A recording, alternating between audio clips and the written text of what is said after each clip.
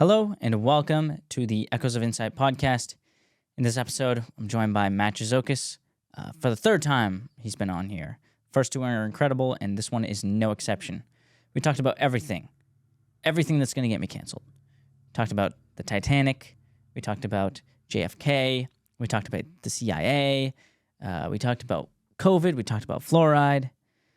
We talked about the Spanish flu, and I could keep going on. We talked about a ton of different subjects that are totally going to get me canceled, and I just don't care. So I hope you guys enjoy this episode. I am going to be doing a sweatshirt giveaway, and if you want to enter that in, you can like the video, make sure you're subscribed, and comment on the video, whatever you want. Say something that you learned so other people can go down there, read it, and maybe they can look out for that insight as well.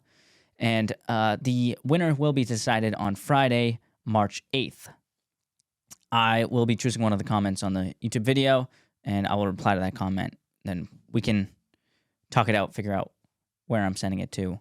And yeah, that's it. So I hope you guys do enjoy this video as much as I did, and have a great rest of your day. Welcome to the first episode of the Echoes of Insight podcast. Matt, how's the weather today? The weather's a little cloudy, on and off rain. Yeah, you're right. It is raining. I don't like the rain. It's do you get sore during the rain when it rains?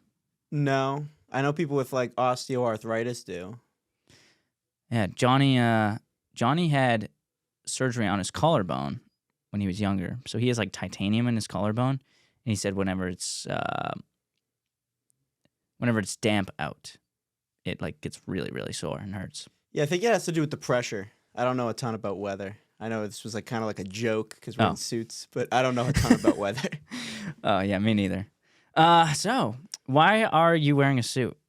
I'm wearing a suit because it's Conspiracy Thursday. It's Wednesday. That's awkward. What's your favorite conspiracy?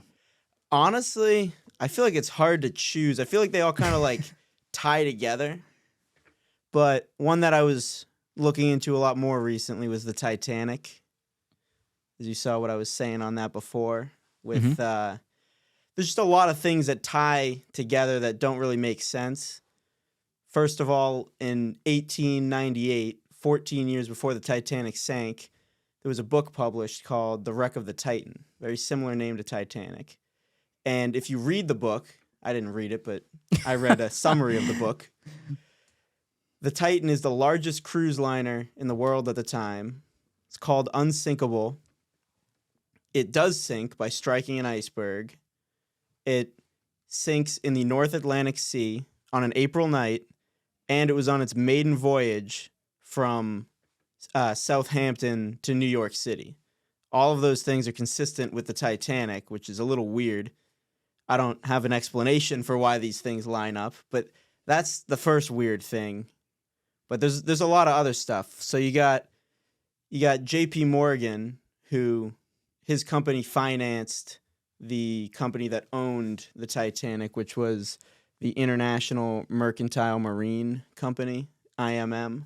Mm-hmm. And they created the Titanic and the Olympic, which were sister ships. And the Olympic, before 1912, got into all sorts of crashes, and it basically couldn't be insured, and it wasn't even legal for them to take the Olympic out until it was repaired. So J.P. Morgan, who owned both these ships, right before the Titanic goes to leave port, he doesn't go on the boat, and he lets the Titanic go, and then we all know what happens. But some conspiracies claim that J.P. Morgan purposely didn't go on and had the boats switched and had because they were twin ships. So if he had the Olympic, which was already a compromised boat, going out to sink, obviously he wouldn't want to be on it. And if he said it was the Titanic instead, he'd be able to collect the insurance money. And he did take out a big insurance policy on the Titanic right before. And on top of that, J.P. Morgan had a lot of rivals that were on this boat. So J.P. Morgan was one of the five families that was there for the founding of the Federal Reserve, specifically the Rothschilds, J.P. Morgan, Rockefeller, the Aldrich family, and the Warburg family. But J.P. Morgan, owning the Titanic, he's got a lot of hands on this one. And John Jacob Astor and, what's the other guy's name? Benjamin Guggenheim. Those two were very rich, prominent businessmen in America who both opposed the creation of the Federal Reserve, both of which died on the Titanic. And to tie it all together, Joseph G. Bruce, in the 1950s on his deathbed, admitted that because he worked for the shipyard that built both the Titanic and the Olympic, and he admitted that he was one of the people hired to make the switch, and that he was given death threats if he spoke out about it, but he said something on his deathbed. Wow. A lot of interesting stuff. Yeah, so J.P. Morgan, which company's still around today, quite a bit. He had a lot of enemies, and he wanted to get rid of them, obviously. So he sent them onto the Titanic, his boat, to go crash. And it was a 2-for-1, too, because he also got the insurance money, basically, to make up for all the crashes the Olympic had. Right. That's pretty crazy. Why don't people know about this? Mostly because... Do you want to talk into the mic? You're it's good. been very romanticized, the whole story. I mean, like, in the 80s, there was that whole Titanic movie. But also, like, there wasn't the internet, so information wasn't going to flow around as quickly. Whereas today, we can tie all these things together. If someone tied all these things together back then, they would have had to, first of all, they'd have to, like, consult a lot of books and, like, legal papers and things like that now you can just have a click of a button away. Mm-hmm. Someone might not be able to be like, oh, John Jacob Astor and Benjamin Guggenheim, they're both against the Federal Reserve, and they're the biggest enemies of it besides Henry Ford. And they both died on the Titanic. And the Titanic was owned by J.P. Morgan, who canceled last second to go on the Titanic. And then also J.P. Morgan, also, it was in his financial interest anyways to sink this boat. And people like to say, oh, no one would kill people like that. But throughout history, there's example after example of people that trade human life for power. Yeah, it's one of the truths. Hitler's one of them. You got Alexander the Great. You could argue Napoleon. Like there's a lot of people in history that very obviously cared more about power than they cared about human life. Yeah, I feel like that's such a given with humans. We want power, and I mean, if you have to kill people, then oh well. What do the Rothschilds have to play in this? So their families actually go very far back to, I believe, the Holy Roman Empire in like German area. So not the first Rothschild, but the first banking Rothschild, what he taught all his sons to go to different countries and get involved in banking there, and basically they got into financing wars. Every major war since the Napoleon Wars, so that's late 1700s, early 1800s. Since then, every major war has actually been funded through Rothschild banking. Ironic we're talking about this because Jacob Rothschild just died, I believe, 2 days ago.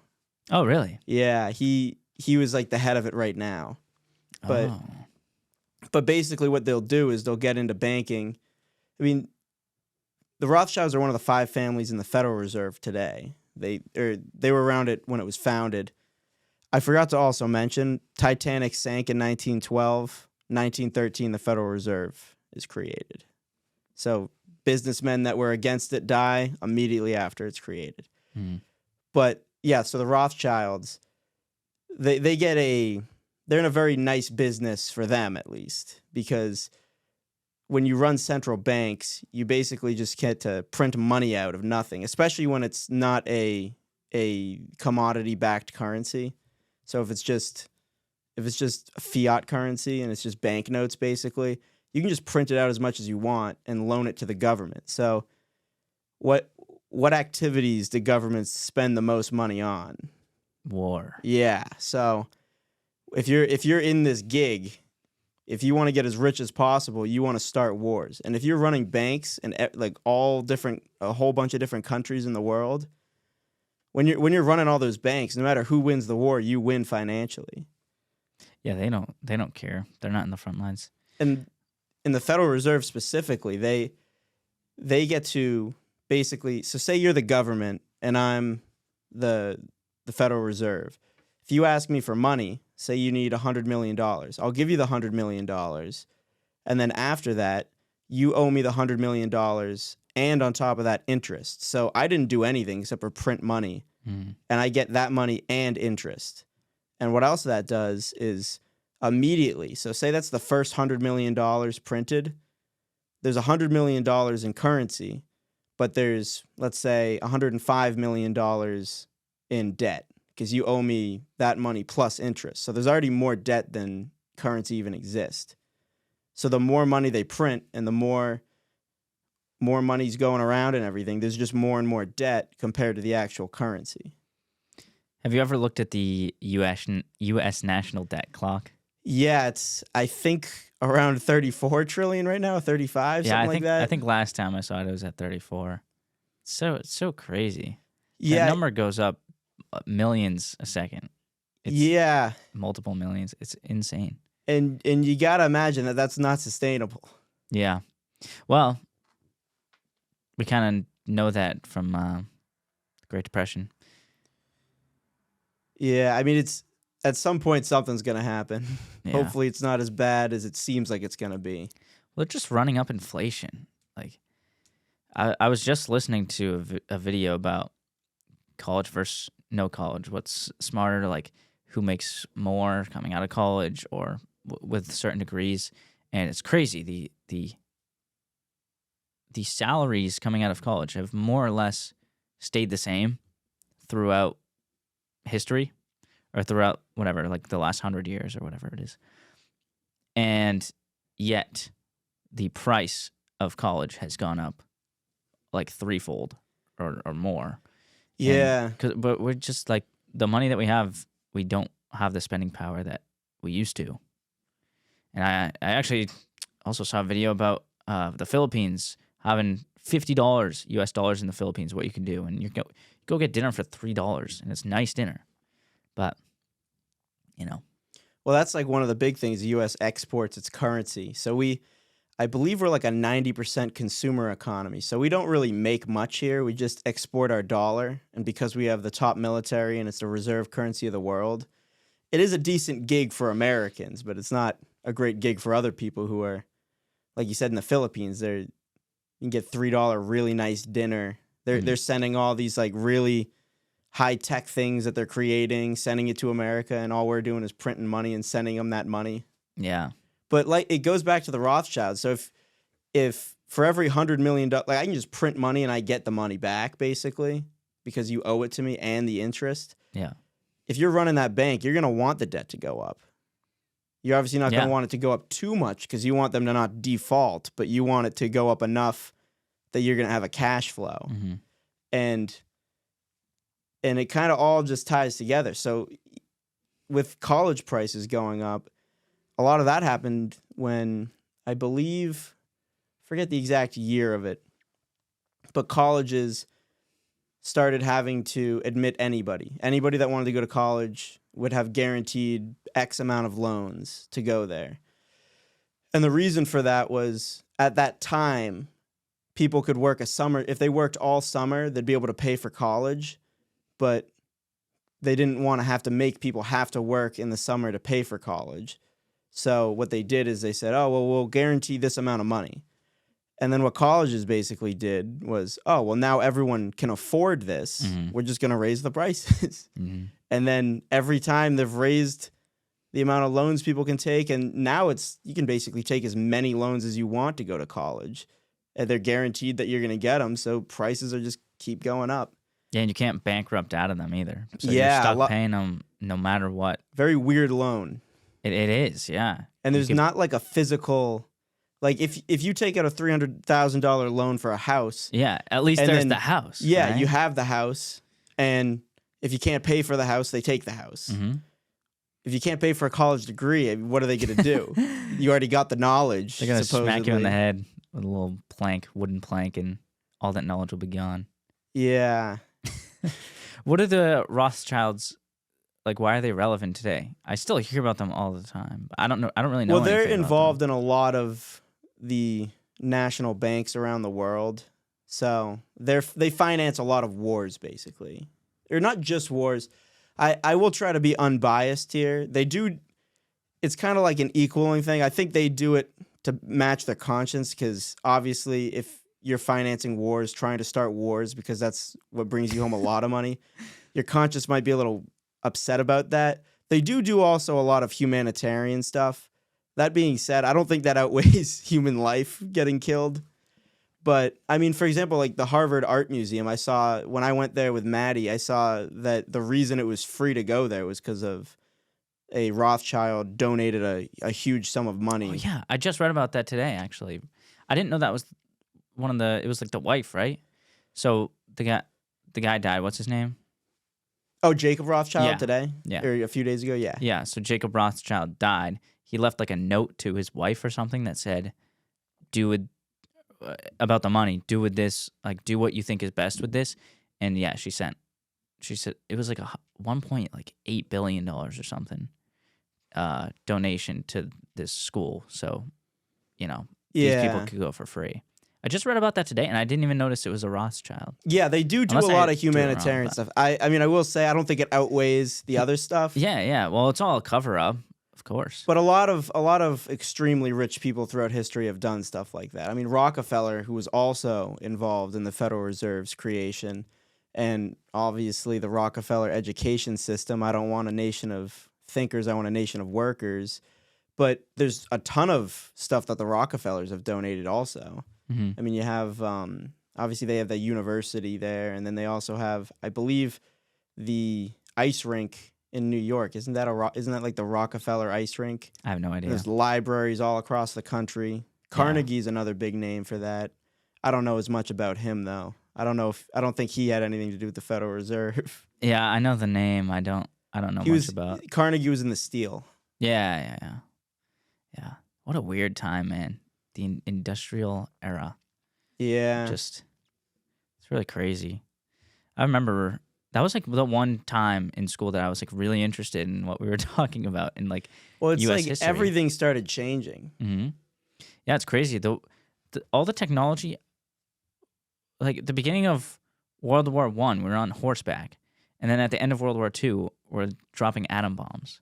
It's just crazy how in this short amount of time, like Really, really is weird. this technology, I don't know. And now you can get AI videos that look super realistic. AI photos look super realistic. Honestly, I should just stop doing the podcast. Just write what you and- want it to be about. Yeah, in and then AI. and then it'll just be me talking to Elon Musk or something. And it'd be really cool, right?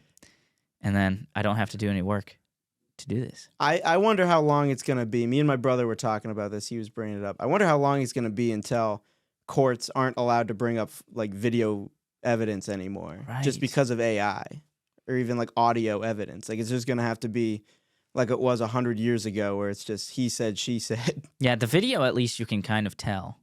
At least the right audio, now. Right now you yeah, can. for now. I mean, But it's been getting a there's lot probably, better and better. There probably is like hidden AI technology that it is pretty impossible to tell with video. Yeah, like now when you see a famous person talking online or whatever, it's like you're always like, is this actually them talking?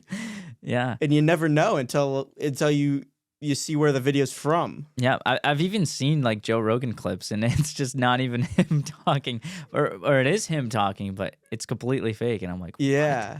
because And it's there's- actual footage taken from his. It has the Subway Thanks. surfers running on the bottom. Yeah. Those TikToks too. Our TikTok brains can't handle to just watch a Joe Rogan clip. You have to have the dude cleaning the rug, like deep cleaning a rug on the bottom of your Yeah. screen or something. It's so dumb. The attention spans are getting destroyed by all this short form content, you know? Yeah. Do you use TikTok? Do you? Yeah, I do. I still But post on that. Yeah, and you stuff. upload more than you consume on it, right? I try to, but it can be difficult, you know. I will say I do think I don't use TikTok as much as a lot of people. Yeah. I try not to go on at all. I don't really use it like before I would use it a lot because I would make a lot more videos then than I do now. Now I'm like I'll make a video every now and then. But what do you do it about? It'll just be random stuff like conspiracies, diet, working out, things like all that sort of stuff. Very interesting. Do you think this like hidden talking about like AI? Do you think that the government has maybe hidden technology that they're not showing us? Well, obviously they do, but depends to what extent that you believe. Honestly, I'm not like 100% sure. I know, I mean, this isn't about AI, but I know in the Vietnam War, they did cloud seeding, and people even today will act like cloud seeding doesn't exist.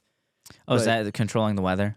Yeah, so what they did in Vietnam is they wanted to make it harder for the North Vietnamese to transport all their ammunition and all their men, so they did a bunch of cloud seeding and made it so the monsoon season extended, so it just kept raining and it made all their roads extra muddy and everything. So it's honestly smart. So obviously the technology exists. It's just whether or not they're using it on us. Mm-hmm. Do you think that there's aliens that the government's hiding from us? I think you probably know my opinion, right? No, I don't. Oh, well, that's why I'm asking. I think there's likely these things that people could call aliens, but I think they're just demons. Oh, yeah. How would I know that? I don't know. I don't know if I brought it up before. No. Yeah. Why do you think that? Well, I feel like most of the time aliens seem to fit the description of demons or angels, but more so the other one. You know, in the beginning of Genesis, I mean, it says like the Nephilim and the fallen angels were teaching man all these different skills and everything. The book of Enoch, I know that's Apocrypha, but in that it also talks about these fallen angels teaching man a bunch of different stuff. Like I think they taught man fire and like how to make weapons in war, and they taught women how to do eyeliner or something. And if you look at all these, I believe that one. And if you look at all these ancient societies, they all have these depictions of these aliens that taught them how to do it. So it's like that kind of is consistent if it was just fallen angels. It is true. It's such a weird thing, though, to think that they just become physical beings. Because they're not physical beings. Yeah, I mean, they could also... Demons. But it is hard to... It's hard to as long as they just that. make people think they're physical beings. It's true, yeah. I mean, people hallucinate. I don't know, maybe... demons can obviously take over people. So maybe that had something to do with it, or I know there's a lot of people who will I've obviously never done like any drug in my life besides alcohol and like I think 2 cigars, but over the course of like a 5-year period. But I have heard stories of people talking about this. So this is secondhand, so they could just be making it up. I may have some experience. But with, I think it's DMT. Okay, never mind. Yeah, but DMT. Yeah, I know a lot about DMT. Not to be confused with DDT, which was the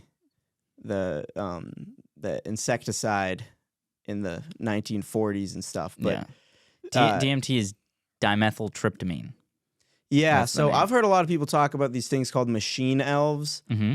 And apparently people say if you bring up God to them or Jesus, they get very angry. Mm-hmm. And I also even heard this guy saying that he was like trying to read a Bible on DMT and he just couldn't, and it was all blacked out. Oh, really? And also, I guess people have said that like these machine elves will like jump in them and jump out of them a bunch, and like that. It just seems very demonic. But at the same time, some people could just be making this up because I'm not going to go verify. Yeah, well, it is kind of weird that with like alcohol, people get similar feelings, and with weed, people get similar feelings, and it seems like with every drug, it makes sense. They get similar feelings, but to see like having hallucinations and you're seeing the same things as everyone else, it seems a little different.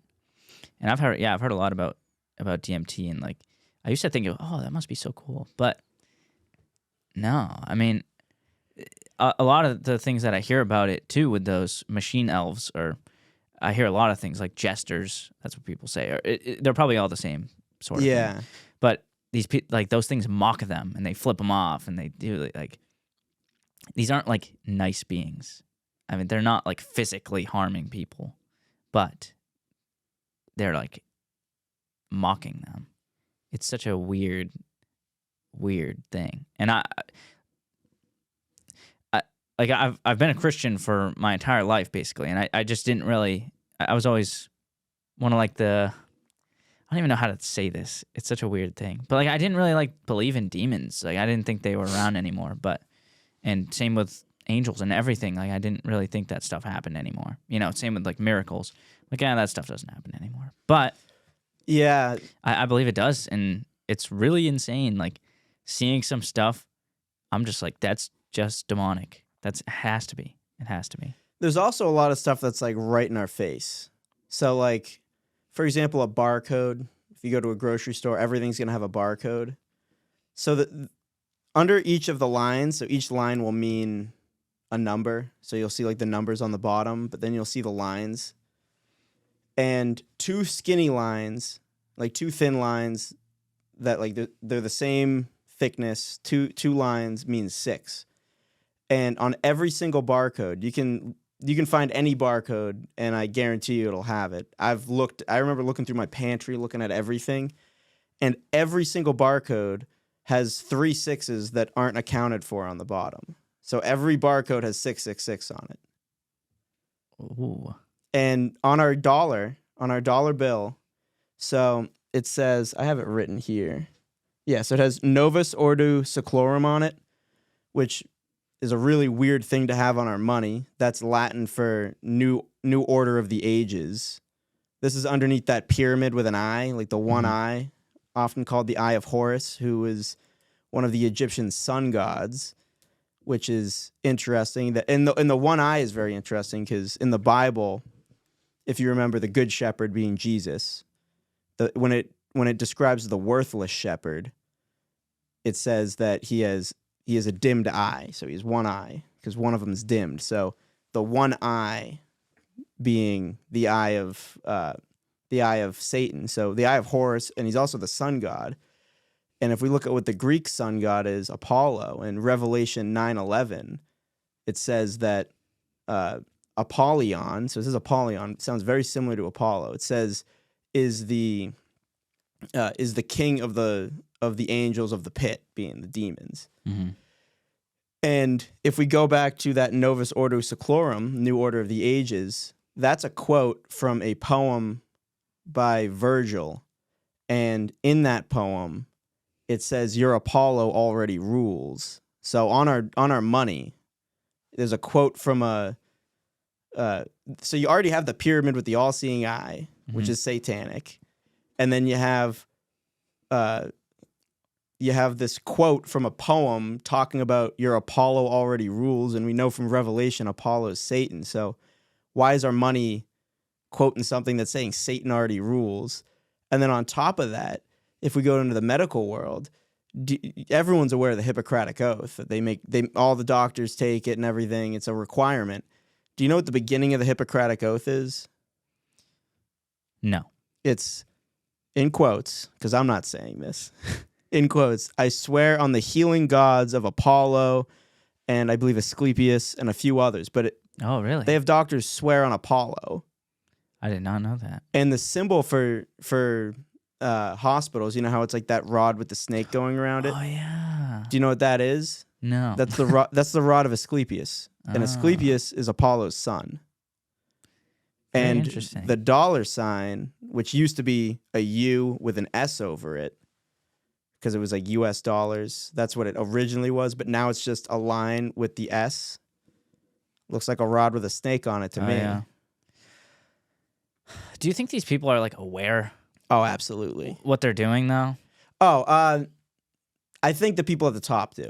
I think You think most so? people don't. I mean, Yeah, so I'm 5 years ago, I mean, I never was going to be a doctor anyways, let's be honest. But 5 years ago, even a year ago, if I was like going to be a doctor, taking the Hippocratic Oath, I wouldn't think anything of it. yeah, same. Even if I was, yeah. even if I was a Christian. I mean, but when you tie everything together, it's like, why the heck are they making all these doctors swear an oath to Satan or to Apollo? And if you read Revelation, you know that's Satan. It's like Yeah, really weird. It is all weird. Just hearing stuff like this all tied together is like even more proof to me that we're right.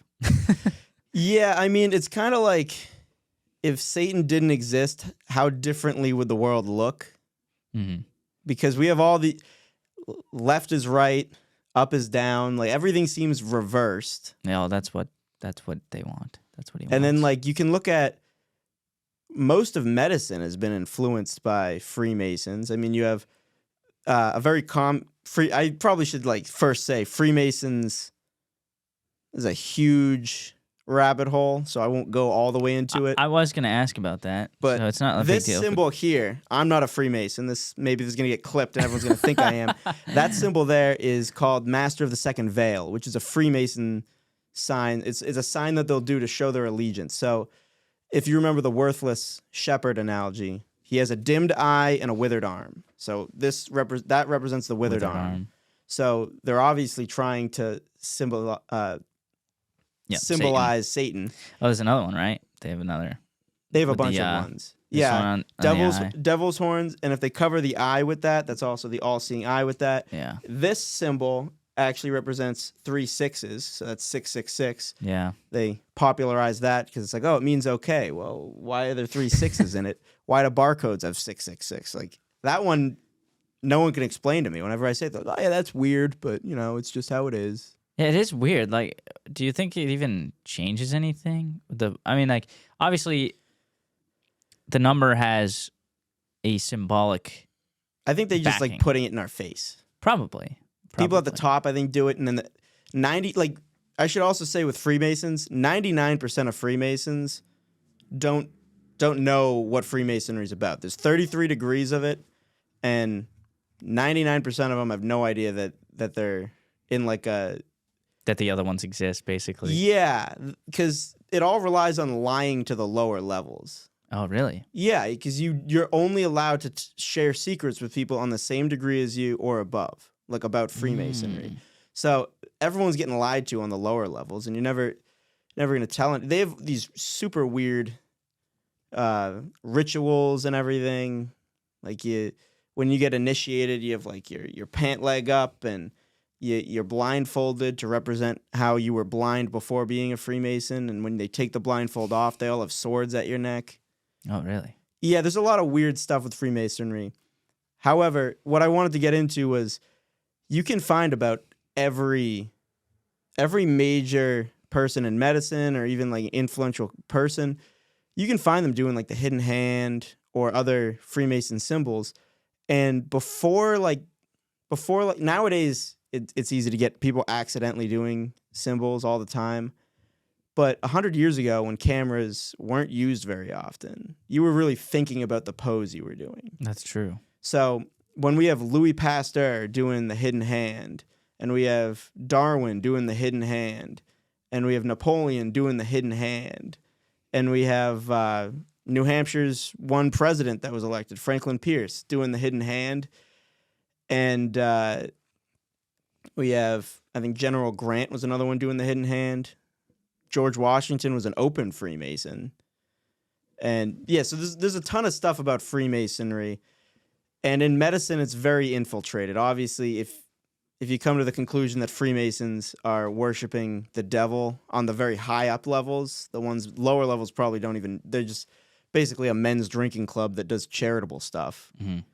But on the higher levels, when they say, oh, Freemasons run the hospitals and stuff, well, that's almost even more proof that they're satanic if they're making everyone do a Hippocratic Oath and they have the rod of Asclepius on all their signs and all these other things that just tie together. Like, I mean, if you look at a lot of diseases over like in the past, it's mostly like everyone agrees in the 1700s that doctors were not doing a great job overall. I mean, maybe there was individual ones that were not doing as bad, but I mean, like if you had malaria, you know, they'd start giving you mercury. Yeah. Like you told me that before. Like, you know the quote, "The dose makes the poison"? No, but no. Like people always say, "Oh, well, the dose makes the poison." No, I've never heard that. Everyone always thinks of that quote meaning like I'm just uncultured, dude. You don't have to pretend like I don't know. I don't know this stuff. But when people say like the dose makes the poison, they think, "Oh, that means I can have some junk food now, like a little bit of junk food because the dose makes the poison. So a lot of it will poison me, but a little bit won't." Oh, yeah. What's really funny about that quote? No, I get it. What's really funny about that quote is that came from a doctor talking about mercury as medicine. They're like, "Well, it's poisonous, but the dose makes the poison. So if we give them small enough amounts of mercury, they'll be fine." Right. Doesn't make any sense. Sheesh. And if you look into the common cold unit in the 20th century, so they were performing all these experiments about the common cold, and it's weird. So remember how I said there's 33 degrees of Freemasonry? Yes. The reason there's 33 degrees of Freemasonry is because 1/3 of the angels fell from heaven. So 33%. Dude, that's So the common cold unit, really weird. They would always bring on top of the fact that they were like taking unborn babies to do all their tests, they would always bring them to 33 degrees Celsius, which is not human body temperature. So that doesn't make any sense. But why would they choose 33 degrees? And they're always choosing 33 degrees. And then there's like so much on Freemasonry. It all just kind of ties together. I think Freemasonry might be my favorite rabbit hole because a lot of them kind of tie to it. Yeah, the thing with the whole medical field too, it's just they don't solve anything. Do they? Do they solve anything? Surgeries are good. I think acute stuff, but yeah. But even of that, they sometimes make mistakes. Yeah, like SSRIs. I'm sure you have and a strong opinion on SSRIs. It's horrible. I literally was listening to something yesterday talking about how people. There was a study, and they took this was like 5,000 person study, so big study, good amount of people.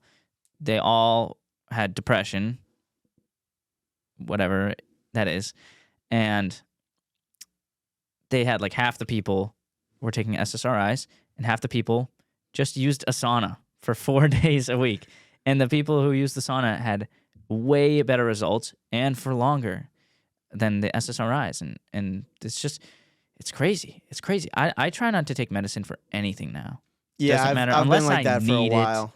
Yeah, I know you have. I don't even visit the doctors anymore. Yeah. It's just everyone tries to get me to. It's really crazy. It's every time I go there. They're, do you want this? Do you want a flu shot? It's like, do I need a flu shot?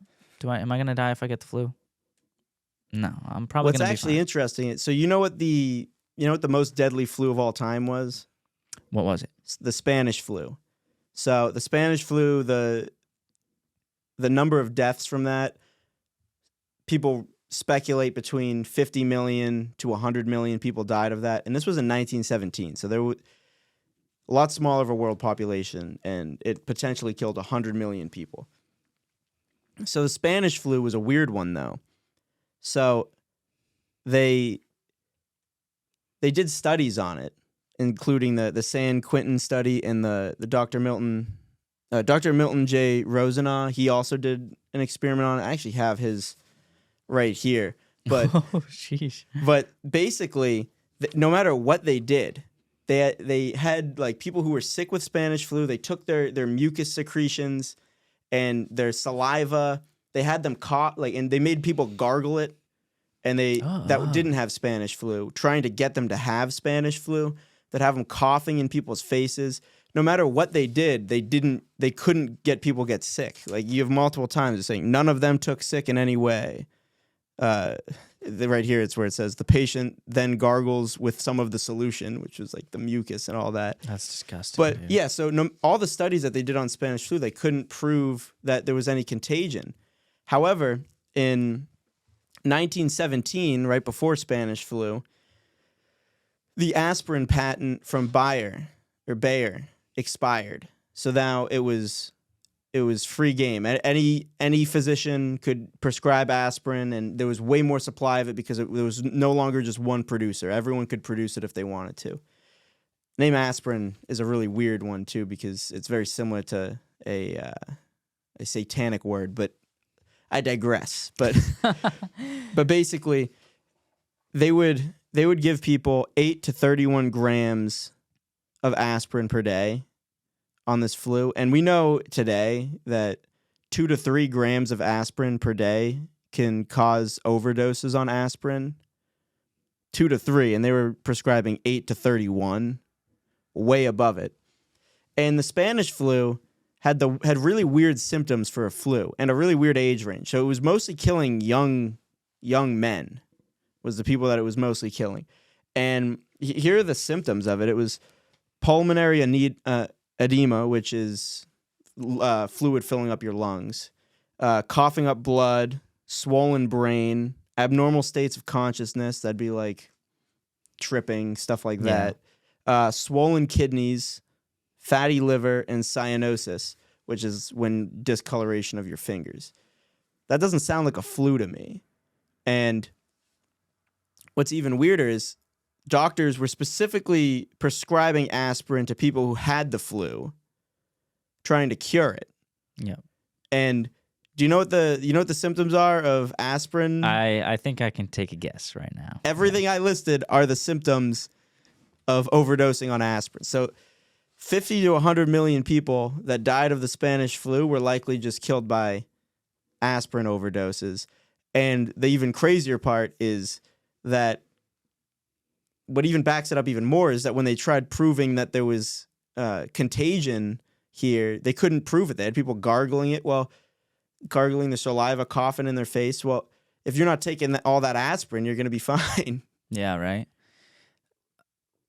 Like if someone who's like having alcohol poisoning starts coughing on you, you're not going to get alcohol poisoning. Yeah, it's I true. mean, it's going to be gross, don't get me wrong, but you're not going to get that. We'll get back to talking to Matt in just 1 second, but I just wanted to say, if you are enjoying this episode so far, or you find yourself coming back on the regular, please consider liking the video and subscribing. There's absolutely no commitment from you. It's completely free, and you can always change your mind if you want, but it helps me out a lot. So if you do that, I'd very much appreciate it. Back to the video.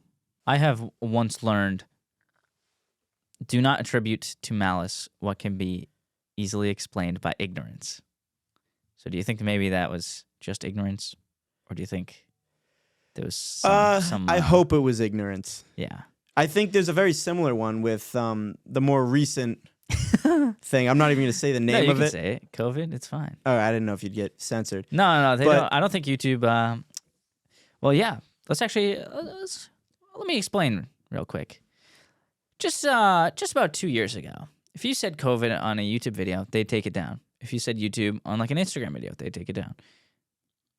But now you can say it however much you want. And why do you think that is? Probably because they were wrong. And because people who were talking about COVID, like Joe Rogan,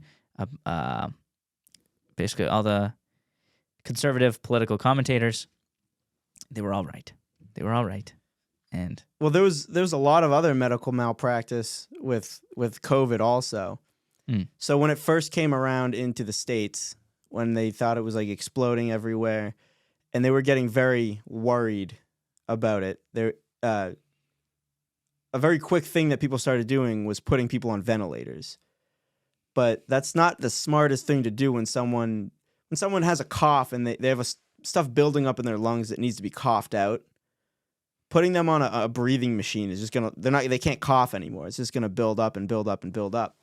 And I don't have the exact death rates memorized because I didn't even know we could talk about this, so I didn't even bring it. But yeah, I mean, I don't care either way. But the people that were, I believe it was below the age of 45 or below the age of 50, that were put on a ventilator compared to people who weren't, because some hospitals didn't put people on ventilators because it was such an unknown thing that people were like, oh, we're not going to do that because there's nothing on it. And other people also were like, so many cases that they didn't even have enough, even if they wanted to. honestly, probably saved some people. Yeah, but I was just thinking that, yeah. But for the younger people, I believe it was like a jump. It went from, like, on the severe cases, it went from like 20% death to like 50 or 60% death.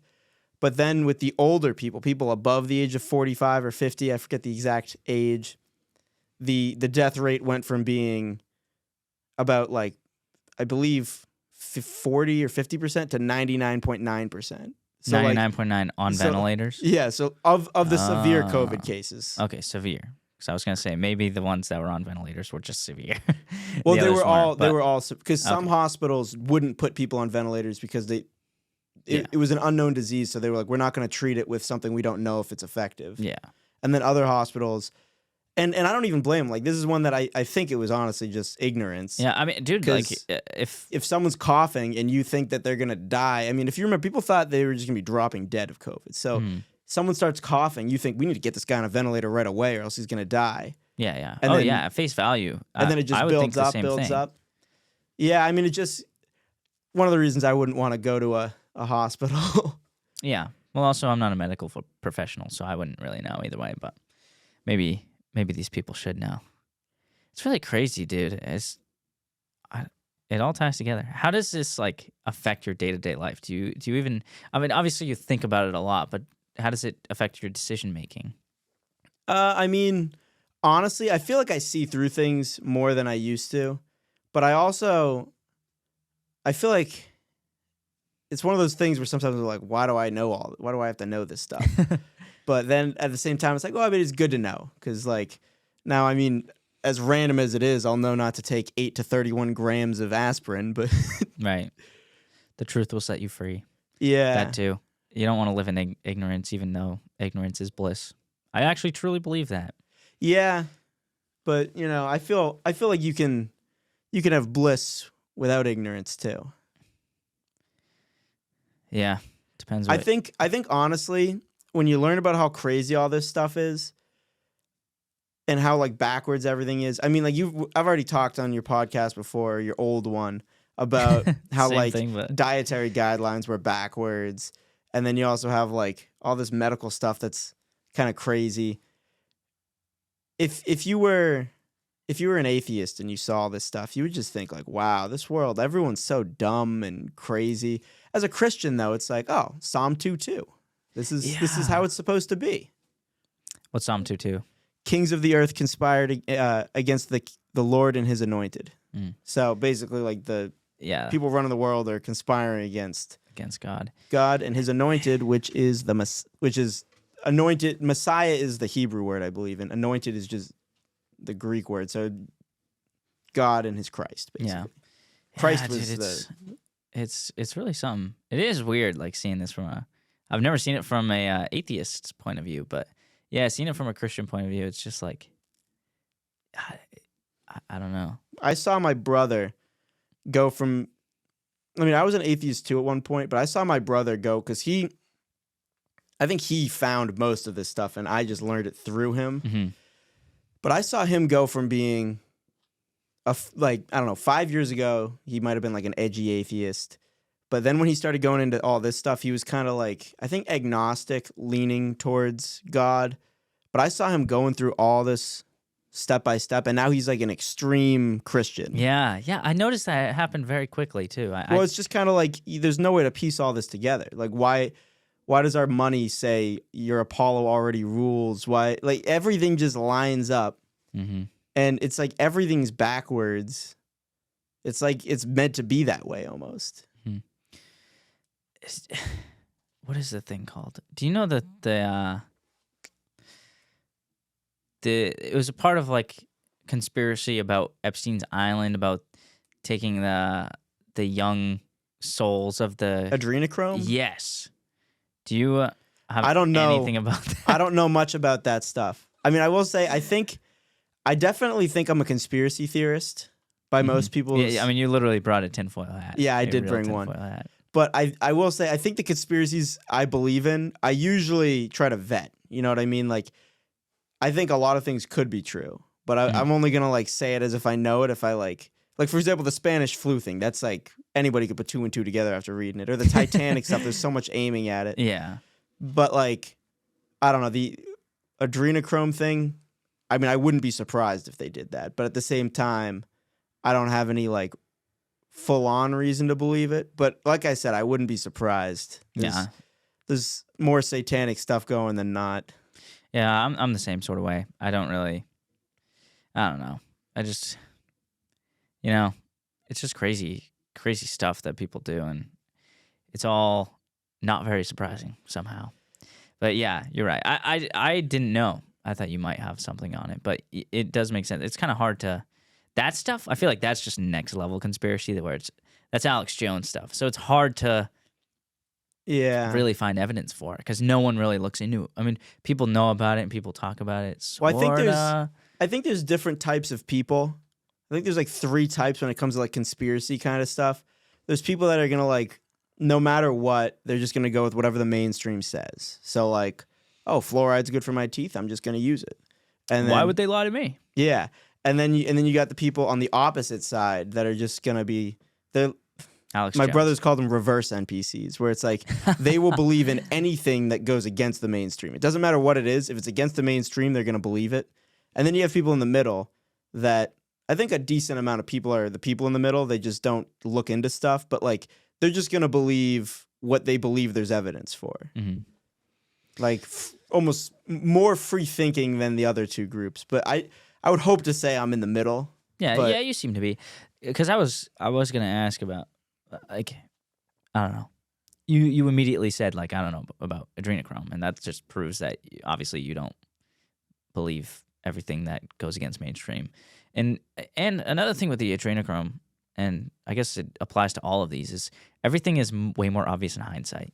So the stuff about the Titanic, I mean, you're just like, oh, what a tragedy. What a tragedy. Same thing with, like, 9/11 and everything. All the tragedies that happened, like COVID, everything. But then in hindsight, that's when you're able to look back and like kind of draw lines together. How'd they go to the moon if there was the Van Allen belt? How'd they get through that? Didn't we just go to the moon? Well, humans didn't go to the moon, but we just sent a rover. Yeah, I mean, I don't know a ton about the moon landing stuff, but I will say a great documentary for that is called American Moon. But it's like, are they for or against? They're against, but they do it in a very well formatted way. It's just them asking questions. Interesting. They're not like making statements. They're just showing stuff and then asking a question. Like, if they went to the moon, how did they do this? Yeah. Or how did they get around this? I've seen short videos about it. Yeah, American Moon's a 3-hour documentary. Oh, really? Yeah. What's that? That 5-hour documentary is the Freemason one? Yeah, there's a bunch of 5-hour ones. I haven't seen that yet. Yeah, I know you sent it to me. The like Freemasonry, that's Alty and Childs. That's a pretty good one. I might watch it. It's just, and he doesn't even commitment. Yeah, that is. I mean, if you break it down to like 10 half-hour clips, won't be that bad. Yeah. Another good one is fluoride. Yeah, dive into fluoride. I know nothing about. Well, I just trust you and Brad and in the fact that fluoride's probably not good for me. But I think, go into it. I think it's funny because I mean I think Brad knows all the same reasons I do, but I think it's funny when he explains it to people. He explains it like very conspiracy sounding. I try to explain it like scientifically. Yeah, what he's saying isn't like wrong. It's just it's just he'll say like, oh, it calcifies your pineal gland or whatever, and that just sounds crazy. I mean, it has been shown to do that, so that's not like technically, yeah. So that's not wrong. I know what you mean. I agree with what he says. But so in Michigan, 1945 is when the first community started doing fluoride in their water. And what they actually add to the water is hydrofluorosilicic acid. Sounds a lot worse than saying adding fluoride to the water. Like, oh, we're adding it's hard to even say the word. It's so long. Hydrofluorosilicic acid. That's the only thing I think of when I think of fluoride is toothpaste. Well, yeah. So what they did is there was these aluminum mining companies. So fluoride is a byproduct. One of the ways you can get fluoride is it's a byproduct to aluminum mining. So it's a waste product. They weren't allowed to just throw it away or anything like that because it was a pollutant. And they came up with this great idea, which was basically, why don't we just sell it? Why don't we just like find a way that we can sell our waste product to people? So then we don't even have to get rid of it, and we just sell it. We get money from it, and we don't have to be the ones that dispose of it. Mm-hmm. So they fabricated a bunch of studies showing that that fluoride in water would lower dental cavities. And what's actually kind of funny about that is if you have too much fluoride, you get this thing called dental fluorosis, which there'll be like white spots on your teeth. Mm. But fluoride has a lot of other negative stuff. So, I mean, the most obvious of which is that it does have an IQ lowering component because it's a neurotoxin similar to how lead is. And it's known to lower IQs in children in the studies that they've done on that. But even if you're like, oh, well, at least you're not getting cavities. If you look into the other stuff, so fluoride will actually cause a lot of other issues in your body too, not just your brain. So one of them is thyroid issues, including thyroid cancer. Fluoride's been known to cause that. So, I mean, some people say like, oh, people in the 30s, they ate completely fine and everything. No, they ate like how we eat today, but they weren't fat. Well, thyroid is really important on keeping you thin, and there wasn't fluoride in anyone's water before 1945, except for natural sources. I mean, I obviously still think seed oils are bad, but and I think there's other causes There's definitely of obesity as too. Well, but it might just be like a 1, 2, 3, 4 punch. Yeah, not it's even just 1, 2. Yeah, it's just one of the punches. But yeah, so it also can accumulate in bones, and it's known to cause things like arthritis and other issues, and it also demineralizes your bones, makes them more frail. So there's all these issues that are associated with consuming fluoride, but because obviously, I mean, if you have this waste product that you need to get rid of, how do you and they're not they use it in rat poison too, by the way. That's like one of the places fluoride's used. It's also very high in fossil fuels. So in the winter, when everyone has to burn fossil fuels to heat their houses and everything, it gets in the air, and no one's getting as much sunlight. So they're getting they're breathing in all this fluoride, and they're not getting much vitamin D. And vitamin D in studies has been shown to reverse fluoride damage and also prevent fluoride damage. So it's just kind of interesting that in the winter, when there's this abundant of fluoride in the air, everyone's getting sick. And what's even weirder about it is that, I guess gingers naturally produce vitamin D. Are gingers demonic? I don't think so. I have a ginger friend, Sean. Two of my grandparents are gingers, so that would mean I'd have some in me. Oh, well, yeah, no. Well, I don't believe it. I was just asking, okay? But what's it called? But yeah, so I guess they produce their own vitamin D. Oh, produce vitamin D. I thought you meant they produce fluoride. No, they produce their own vitamin D. And if you've noticed, this is completely anecdotal, so it doesn't mean much. But like, I've noticed that at least like respiratory sicknesses and stuff, they seem to not really get sick. You know what I'm saying? I mean, I only have one friend. Like my grandfather, I've seen him sick maybe like once in my life, and my nana, I think I've seen like sick like once, and Maddie's mom like seems to never get sick either. Like all That's pretty cool. I mean, like specifically respiratory illnesses. Yeah. Like coughs and stuff, if you're breathing it in. But it's interesting that vitamin D and fluoride are, so it's like you're getting this bang bang in the winter. Mm-hmm. And what's it called? Fluoride in the air is actually, I believe it's like the highest, it's the most expensive pollutant because there's been more lawsuits about people getting damages repaid over fluoride than any other pollutant. So what's the problem? Fluoride in the water? Fluoride in the water, fluoride in the air. Yeah, but how do we get rid of fluoride in the air if we get it from fossil fuels? I mean, honestly, I've always been a big proponent of nuclear energy. And I know a lot of people are afraid of the word nuclear. They'll hear something like Chernobyl. Yeah, I mean, that's what you think of when you think of nuclear. But what's actually interesting about Chernobyl, so I'm probably not going to do a perfect job explaining this, but my brother being a physicist, I know like a decent amount about this stuff. And my great uncle Bill, who's my grandmother's brother, who I'll see maybe once a year or so, he's actually a nuclear physicist. So such a cool title, dude. Yeah, I think he was one of the people that designed the neutron bomb. Really? So, yeah. No way. I was joking to him that he's got to see Oppenheimer because I was like, oh, this is like right before you. Yeah, that's pretty cool. But yeah, so nuclear energy, it's very clean. Obviously, just makes steam. But then on top of that, it's actually statistically safer than other plants like coal and oil and stuff. I mean, you have oil spills and stuff. It doesn't get as bad of a rap as nuclear. But the issue with Chernobyl, there was a bunch of issues, but the one that kind of was like the nail in the coffin was, so they were shooting neutrons to, I believe, graphite. Like there was like graphite metal that they were shooting neutrons into to get power. They were harnessing power from shooting neutrons into this graphite, but it would overheat. So what they would do is they'd cool it with water, and so that was the big issue. So they powered it up and it wasn't working, so they just kept cranking it up and cranking it up. They broke a lot of other rules that I don't know off the top of my head, but basically it finally started working, and it started working all at once. And the water, it got so hot, the water immediately evaporated. So there was nothing to cool it down, and it just blew up. Because it was graphite is basically just carbon. If you have extremely heated carbon, that's just a bomb. Yeah.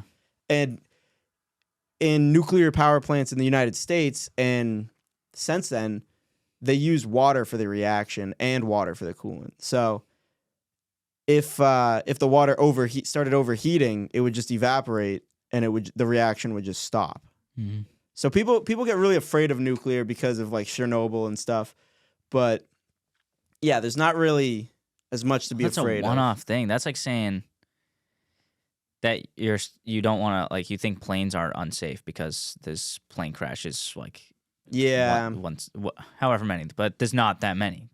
Statistically, you're safer flying than you are from your drive to the airport. Like, yeah, it's just there's one-off things people get scared of. But what's even weirder, you got to think about it smart. What's even weirder is in Revelation, this could be kind of a stretch, but I think it's interesting because it's kind of on topic.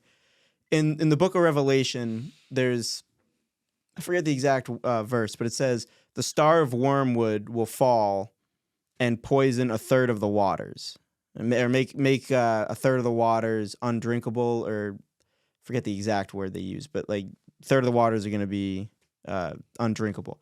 And what's interesting is Chernobyl is Russian. That's a Russian word. And do you know what Chernobyl means in Russian? No. It means wormwood.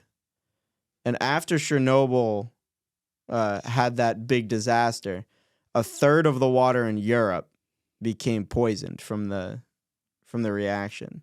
So, I mean, I know that one's kind of a stretch, but it's kind of like, all right, so this thing's literally called wormwood in their language, and it poisoned a third of the water. Like, I know it wasn't a star, so I mean, maybe, but there's a lot of metaphors. So I mean, it could be something that just could be a coincidence, could be something on, but that's one of those things that you're like, might be true, might not, whatever.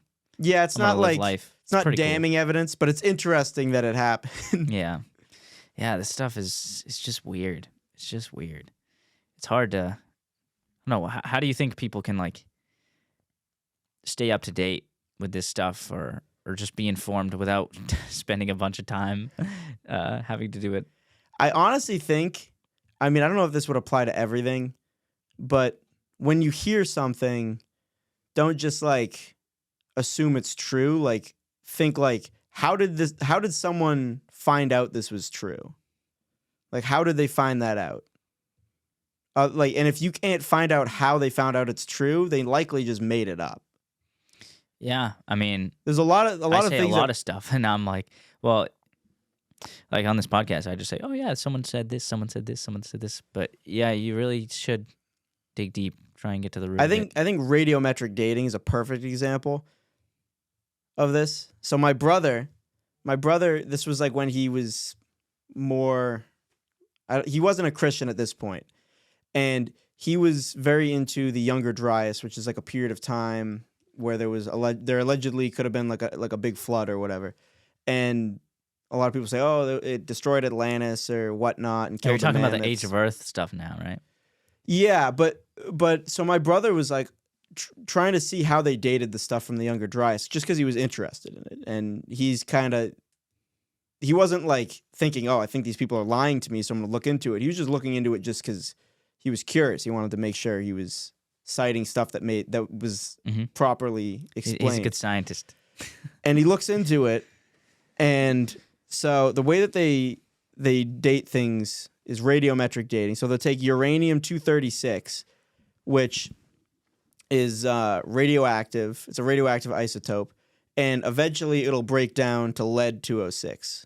So what they'll do is they'll take a rock or something, and they'll count the amount of uranium-236 isotopes, comparing it to the lead-206 isotopes, and they'll assume that it's a constant rate of decay, which historically it always has been that we've measured it, so that's not too bad. But the biggest assumption that they make is that there was no lead when it started. How could you know if there's no lead when it started? So at the very least, it's giving you an upper limit. So Right. it'd be like if I put like a cup of coffee on the table that was like a certain temperature, and you knew the temperature and how fast it was cooling down. Could you tell me how long it's been cooling down if you didn't know how hot it was at the beginning? Yeah, no, absolutely. Like you couldn't. So it's kind of silly that they come up with these ages or these age ranges. And it's another one of those things where it could have been malicious, or it could be just consistent with the fact that people were already believing in evolution. So when they saw these big dates, They're they like, just oh, assumed it makes sense. Yeah, it had to be that long, because for fish to turn into people, I guess it would have to be that long. Yeah. What about like carbon dating? Isn't with that Half-Life stuff? Do you know anything about that? Yeah, I know. The Half-Life, I believe it's around like 5,000 years I don't know. ish, but I do know that I believe it's carbon-14 and carbon-12. I'm not as strong on it. If I had it written down, I don't really know it either. I know heard. that fossil fuels have been found to have carbon-14 in them, which doesn't make any sense because they're supposed to be from the dinosaurs 66 million years ago. Oh, So, carbon-14 is? yeah, so if there should be 0 carbon-14 in fossil fuels if they're 66 million years old. Yeah. But also, like, how did they even date it in the first place? Yeah. They date Yeah. the rocks around it. They're like, oh, it's buried at a similar level, so we're going to count these isotopes in here. And It is just... they just assume things. So I feel like a lot of stuff is when someone says something, you got to be like, well, how did they know this? Mm-hmm. Like, I remember a little, like, it was like kind of last year. Everyone seemed to forget about this. But there was a missile that blew up in Poland, killed some Polish farmers on the border of Poland and Ukraine. And everyone was saying, Russia sent a missile into Poland. We got to, NATO's attacked. We have to invade Russia. We have to invade Russia. And then I remember immediately saying, this just has false flag written all over it. First of all, the area of Ukraine that borders Poland is not even close to where the conflict is. The conflict's in the eastern region of Ukraine. So that already didn't add up. But also Ukraine, they said, yeah, it was a Russian missile. But then eventually, I remember saying right away, yeah, this is a false flag. This is obviously Ukraine just shooting this missile to try to get NATO to save them. Mm-hmm. And then it came out a couple days later. Oh yeah, it was actually a Ukraine missile. Yeah, same sort of thing happened, I think, in Afghanistan with us. Is like, well, similar but not the same. So it was like we sent a missile and apparently blew up this car that had a bunch of terrorists in it, but then it ended up being just a nice, like an Afghanistan family that we just blew up in a car. And it's it goes all the way dude. back. Like, this has always been what's happened. I mean, if you go all the way back to the Spanish-American War, the Spanish-American War, when the U.S. wanted to invade Cuba, they sank an American battleship and then blamed Cuba for it. And then because everyone in America was like, "Oh, the Spanish, they sank an American vessel. We need to get back at them." So then it was an excuse to invade Cuba and the Philippines, which were a Spanish territory. And you can even jump forward to the Vietnam War in the Gulf of Tonkin. So there was like an incident that happened there where an American naval vessel was sank, and everyone blamed the North Vietnamese. And what's actually really funny is the higher ups in the American government knew that it was sank by Americans. Like, Americans just sank this boat to get Americans' morale to support the war. So Lyndon B. Johnson knew that, and he still signed off on the on sending troops to fight in Vietnam. And the CIA was actually what they were doing, and they probably still do this today. They did it for a while. And I believe in 2016, Obama signed a bill that let them do it again. But what they would do is they would have all this information about the Vietnam War, and they would put their motives on it. So whatever their bias was, whatever they wanted the American people to think, they would put it on there, and they would take these journalists who just wanted to be the first to publish the stories of what was going on in Vietnam, and they'd give them these stories that were fake or that had their bias in them to get the Americans to support the war. And these journalists, I mean, it's not their fault. They would think that the government agency would be telling the truth. Yeah, because why wouldn't they be? But obviously, if you think about how the CIA and how we already talked about how the Federal Reserve wants more wars, well, if they're in bed with the CIA and the military-industrial contractors, it's you get even more. Because if you remember earlier, I give you the $100 million. Now you owe me it plus interest. Well, if I'm in bed with the military contractors, now you're giving him that money, and we're both getting that money. Mm-hmm. And if we what it's called regulatory capture is when like corporations will take over a government agency that's supposed to regulate it. So, for example, the CIA is supposed to be trying to protect Americans and stuff like that. And I'm sure 99% of people in the CIA are doing that. But the people higher up... trying to. Yeah, the people on the higher up aren't doing that, though. They're trying to do what's in best interest for them, which would be being involved in the military contractors and the Federal Reserve, because that's where all the money is. Yeah.